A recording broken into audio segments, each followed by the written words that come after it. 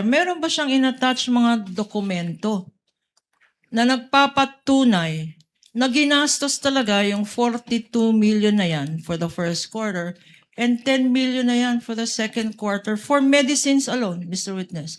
Meron bang attachment itong accomplishment report na sinubmit?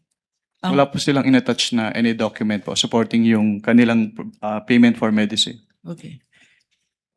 Earlier, minention mo, meron ring gastos for traveling. Magkano naman yun, Mr. Witness? For what quarter po, ma'am? For the first quarter muna. For the first quarter po, yung kanilang payment of incentives or traveling relative to confidential operations ay 10 million pesos po. 10 million pesos.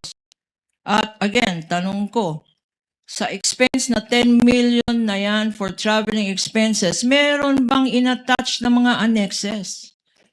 Diyan, para explain, paano ginastos sa travel ang 10 million? May mga attachments ba?